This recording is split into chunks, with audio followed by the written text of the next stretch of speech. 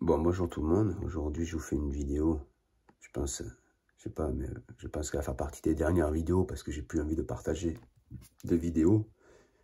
Pourquoi? Parce que les gens s'en servent plus pour écouter qu'autre chose. Ils écoutent, ils s'en foutent en fait, ils font rien en fait. Rares sont ceux qui travaillent sur eux.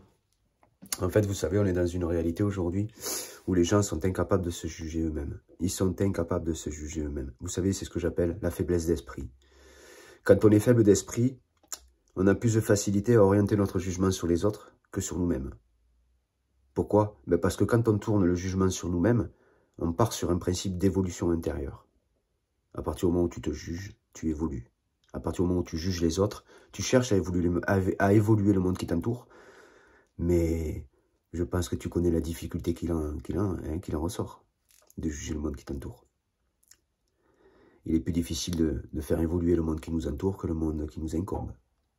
Donc quand on est faible d'esprit, le jugement se tourne automatiquement sur le monde qui nous fait face. Parce qu'on ne sait pas juger autre chose que les autres. On ne sait pas se juger soi-même.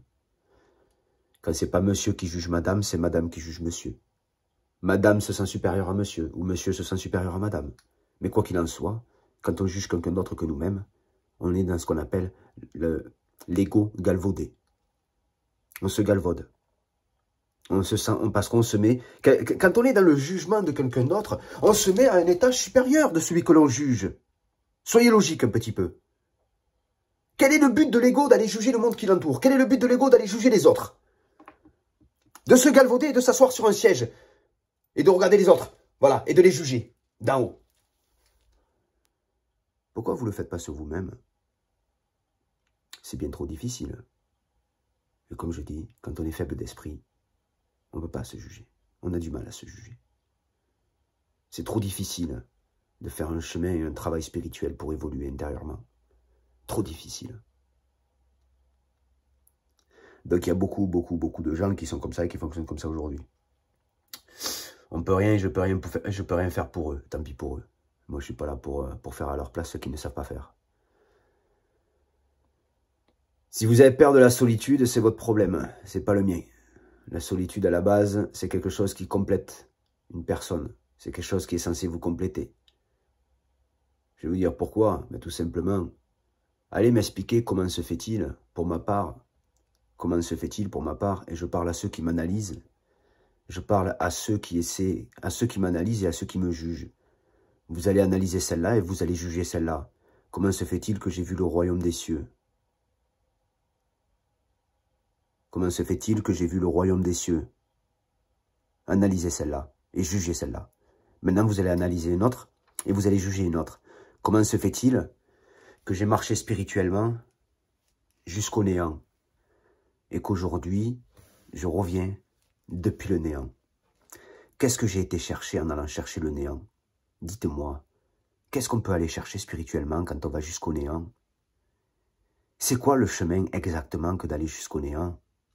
Alors vous qui n'avez aucun chemin spirituel, vous qui n'avez aucune expérience spirituelle et qui vous permettez de juger ma réalité d'un point de vue égotique, vous n'avez pas le chemin que j'ai.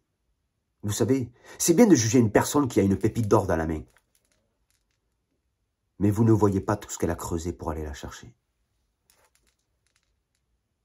Donc dans vos jugements égoïstes, vous stagnez dans votre fucking boue. Si vous vous enfoncez, que vous vous enlisez et que vous vous étouffez, c'est de votre faute, c'est pas de celle des autres. Quand vous comprendrez que le jugement, il faut le tourner sur soi-même, c'est que vous aurez compris ce que ça veut dire le jugement dernier. Si vous ne savez pas le faire, vous inquiétez pas. La nature va se retourner contre vous. Pourquoi? Parce que c'est la logique des choses. La nature fait bien les choses.